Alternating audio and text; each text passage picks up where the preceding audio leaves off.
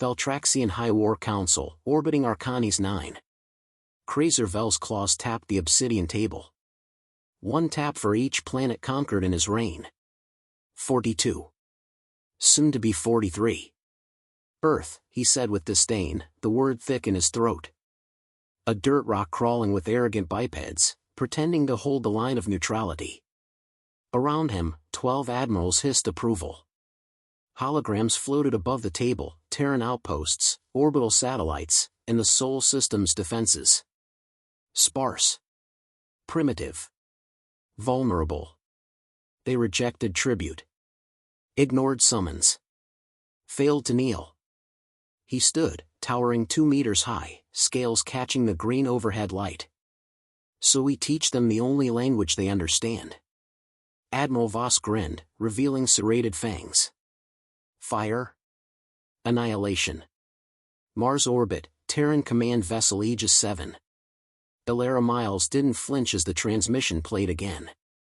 Krazer's voice echoed across the bridge speakers.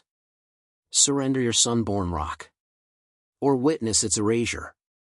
You have until our fleet arrives. 847 ships. I suggest you kneel. The screen went black. No signature. No reply window. Just space. Commander, asked Lieutenant Reese, eyes scanning her. Should I prepare countermeasures? Elara exhaled slowly. No. Murmurs erupted behind her. Sir, they'll reach Earth's perimeter in 3 days. That's... I said no, she repeated, cold and deliberate. Reese bit his tongue and nodded. She turned to the screen. The enemy fleet was a distant mass, like rot on a star map. Moving slowly. Confidently. Loud in its intent. Let them come, Elara said. We'll answer. Flashback, Martian refuge, year 2315. The alarms came too late. 7-year-old Elara had crawled beneath the fiber steel bed frame, clutching a dull, half-functional toy drone. Outside, screams and static echoed. Her parents had been stationed on Mars' orbital watch post.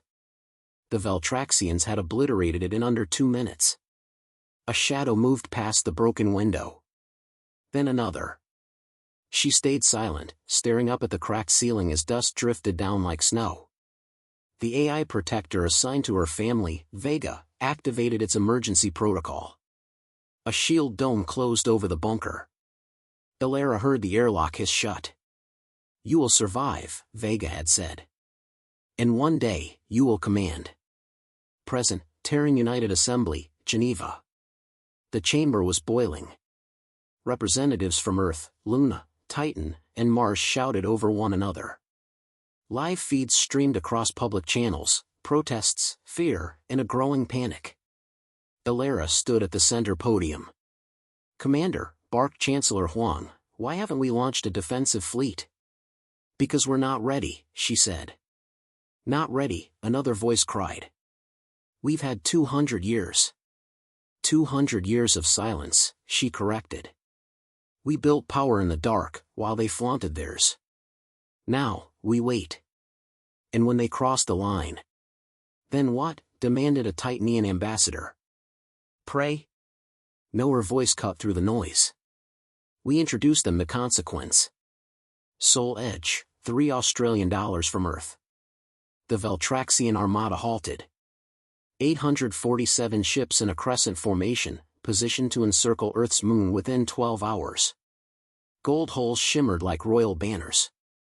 Aboard the Vorkrau, Krazer reviewed the final battle plan. Drones would sever orbital platforms first. Then they would unleash the Sunbreakers, plasma warheads capable of burning oceans.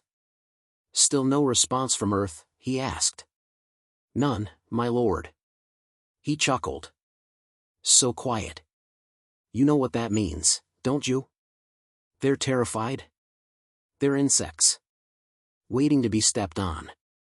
He raised a hand. Broadcast. Terran Command, Mars orbit.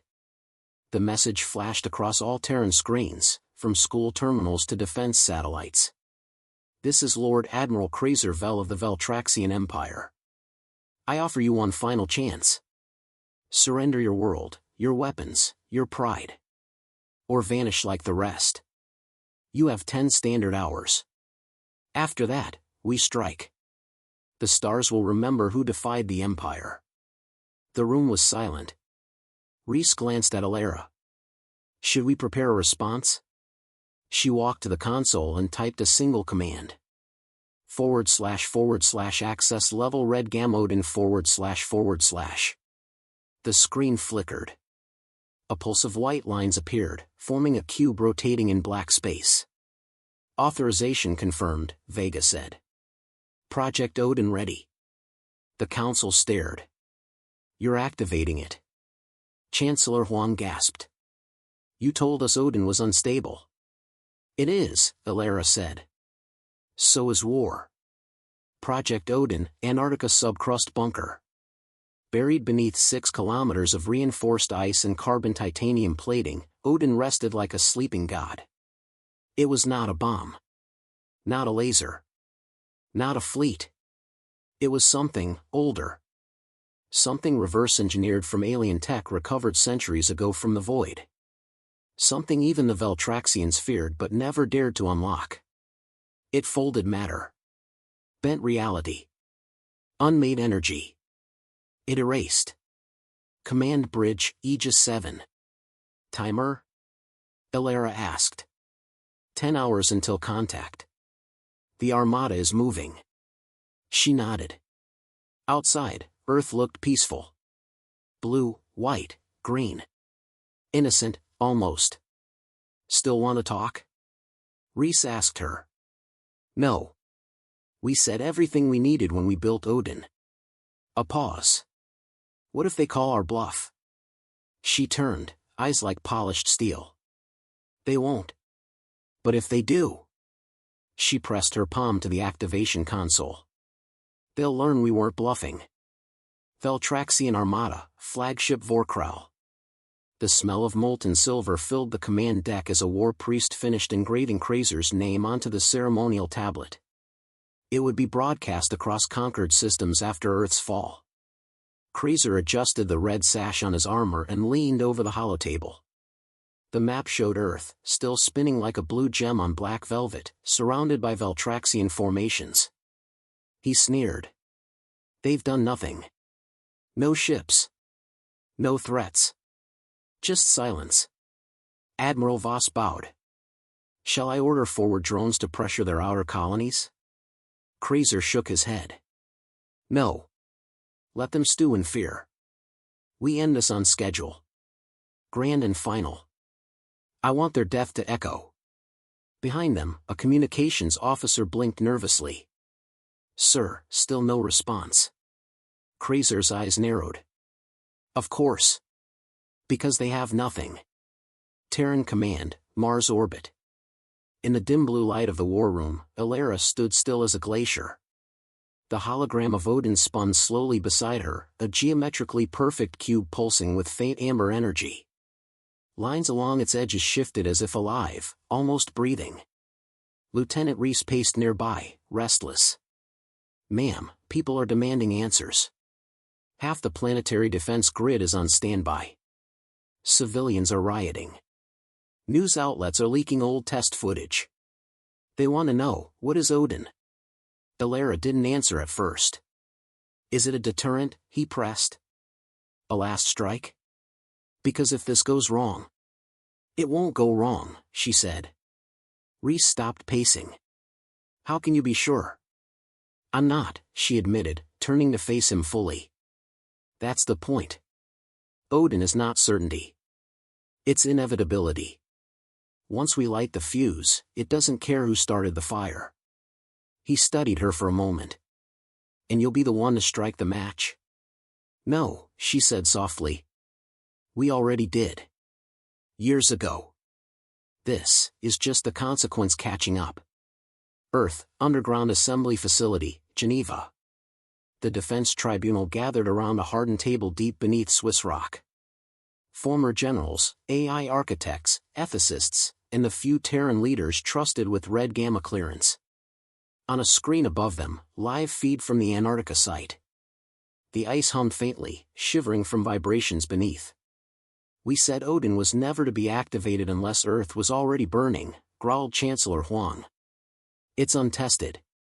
"We've run 30,000 projections," replied Dr. Yen, Chief Systems Architect. "Only 2 involve failure. Both involve not using it at all. It's not just a weapon," warned another. "It's a transformation." A pause. Then the room fell silent as Elara's hologram appeared. She scanned the room slowly. "You asked what Odin is," she said. "It's the cost of peace in a galaxy that only respects power. Antarctica, Project Odin Core." Vega's avatar appeared within the vault, a silver humanoid form with no face, just a smooth surface that shimmered as it moved. "Core systems stable. Quantum lattice aligned. Ready to initiate primary phase." The black cube was now suspended mid-air, spinning faster. Chunks of the subcrust ceiling fell as magnetic fields began interfering with gravity. The room itself distorted at the edges, straight lines bent, and time seemed to blur. A technician's nose started to bleed. Another passed out cold. Vega did not flinch. Once engaged, containment will collapse. Outer space calibration locked to pre-selected target zone. Coordinates, $3 from Earth. Veltraxian Armada, Vorkrau. "Sir." A Terran broadcast. Krazer raised a brow. Finally. The room held its breath. The message began as a simple waveform, then a female voice echoed, measured and unshaken. "You came with arrogance. We met you with silence. Now you will learn what fills the space between." The broadcast cut. Static. Krazer frowned. "That's it?" "Yes, sir." He growled. "Destroy the relay stations. Start the sequence." His talons tapped a button. "Launch begins in 47 seconds. Mars orbit, Aegis 7. Reese's voice cracked. "They've started the countdown." Elara nodded. "So have we." On her display, Project Odin, Phase 1, engaged. Countdown, 47 seconds. The room dimmed. Lights flickered. A low hum spread across the deck, rattling every panel. Below, Earth glowed silently. Reese whispered, "What's it going to do?"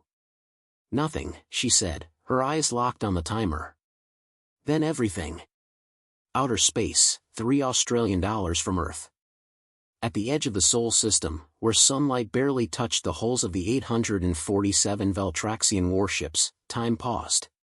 Not metaphorically. Literally. It began with a ripple.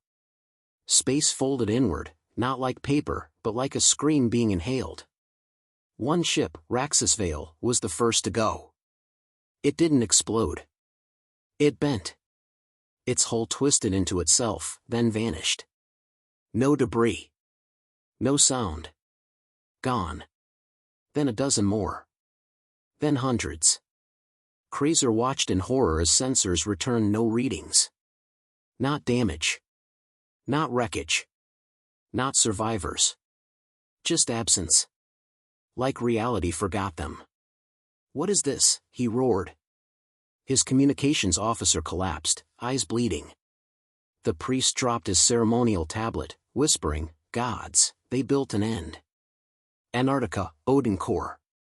Inside the vault, Odin pulsed once, and stopped spinning. The cube dimmed. The energy drained into itself. All readings flatlined. Then silence. Vega's voice returned. "Discharge complete. All targets resolved. No Terran systems affected. Casualties, 0. The technician who'd passed out earlier stirred and blinked. "Is it over?" he asked. Vega paused. "For us, yes. Mars orbit, Aegis 7. On the screen, the Veltraxian Armada was gone. Where once there had been a fleet of golden warships, now there was just void. Calm. Still. Reese fell into his chair, shaking. Elara remained standing, unmoved. He looked up at her, voice cracking. What the hell did we do? She closed her eyes. We erased a question they should have never asked. Galactic Senate Station, neutral orbit above Vera 3. The chamber buzzed with panic. Not debate. Not politics. Fear. Holograms rotated above the central floor, statistical voids where Veltraxian ships once moved. Coordinates confirmed. No gravitational remains. No comm signals. Just blank entries on every galactic ledger. Senator Heroin of the Tari Empire slammed his scaled fist on the table. 847 vessels do not simply vanish.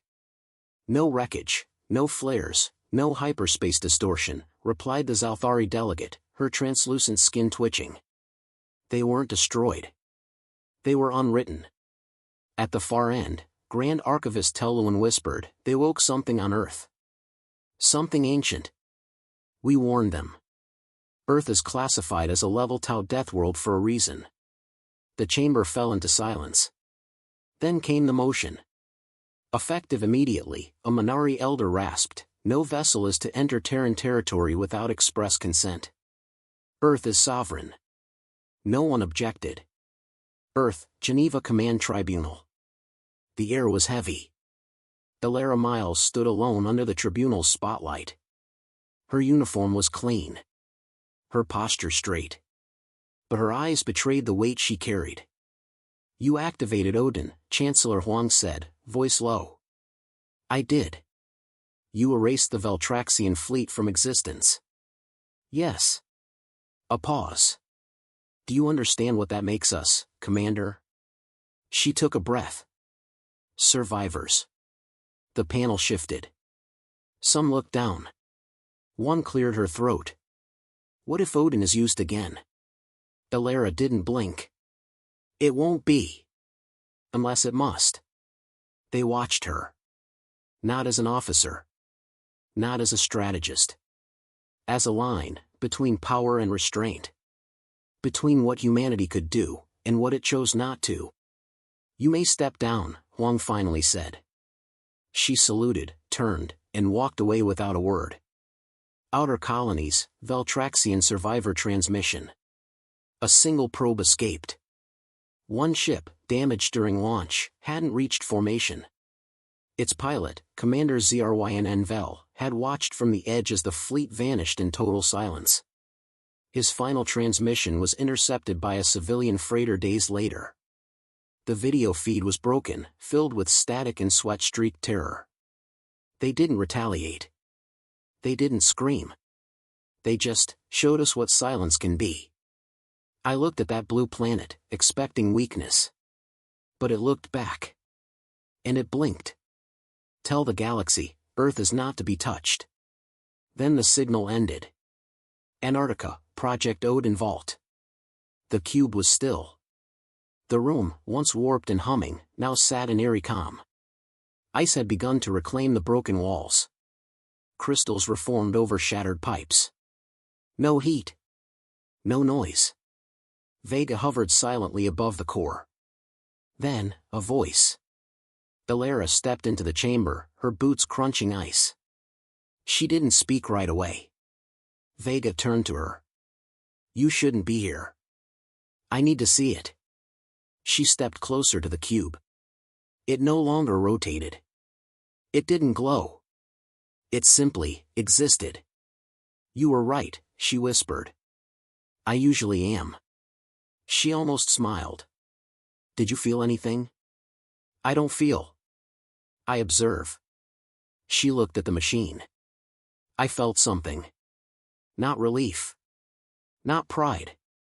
Just quiet. Vega tilted its head. Do you regret it? She didn't answer. Instead, she knelt and placed a hand on the cube's surface. It was cold. Not like metal. Like space. Mars, Memorial Dome. They built no statues. No monuments. Instead, a garden bloomed inside a sealed dome overlooking Olympus Mons. No weapons. No banners. Just soil, water, and the silence of things that grow. A plaque stood at the center. To the silence that saved us. To the strength we never wanted to show. May we never use it again. Elara stood there alone one evening. The earth hung in the sky, glowing. Rhys approached quietly behind her. You did what no one else could. She didn't turn. I did what no one else wanted to admit was necessary. He nodded. The galaxy's rewriting their laws because of you. That's not why I did it. Why then? She finally looked at him. So no little girl has to hide under rubble again. Not ours. Not theirs. He said nothing more. Valtraxian Empire, throne void. The Empire didn't crumble overnight. But it fractured. With its entire fleet gone, border worlds rebelled. Allies withdrew. Vassals refused tribute. The golden banners once draped in every system began to burn. Krazer was never found. Some say he vanished with the fleet. Others whisper he lives in exile, speaking to ghosts in a shattered escape pod. What mattered was what came next. For the first time in Valtraxian history, they signed a peace accord. With Earth. Galactic Education Relay, Classroom Feed, year 2389. A child raised a three-fingered hand. Teacher, who are the humans? The elder smiled gently, folding thin hands together. They were curious. Bold. Quiet. But didn't they destroy a whole army? The smile faded slightly. They didn't destroy it. They removed it. Why? The teacher looked out the classroom viewport, Earth a faint shimmer in the distance. Because someone forced them to prove they didn't need war to win one. Earth orbit, Aegis 7, 10 years later. The stars had changed. Ships still traveled. Treaties still shifted. But one line remained untouched. The Terran border. Elara, older now, stood on the same bridge. No war alarms. No countdowns. Rhys, now commander, joined her. You never activated Odin again, he said. No need, she replied. He paused. Do you ever worry someone else will try? She nodded. One day, maybe. What then? She looked to the stars. Then we remind them. Silence is not surrender. It's mercy. Final line. They sent 847 warships to teach Earth a lesson. In return, Earth taught them silence can speak louder than any scream.